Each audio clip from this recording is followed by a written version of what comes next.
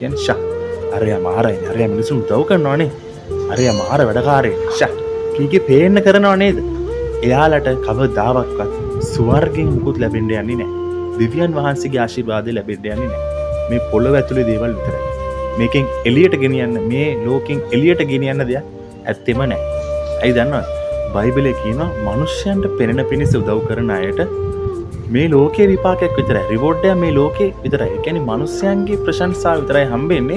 දිව්‍යන් වහන්සේගෙන් කිසිම රිවෝඩ් එකක් හම්බෙන්නේ යන්නේ නැහැ. කිසිම ප්‍රතිඵලයක් ස්වර්ගයෙන් ලැබෙන්නේ යන්නේ නැහැ. ඉතින් ඒ නිසා තමයි කියන්නේ කාටවත් පේන කරන්නේ. දිව්‍යන් වහන්සේ දැක්කම හොඳටම ඇති. කවුරු දැක්කේ නැත්තම් දිව්‍යන් වහන්සේට පේනවා. ඔයා කරන දේවල්.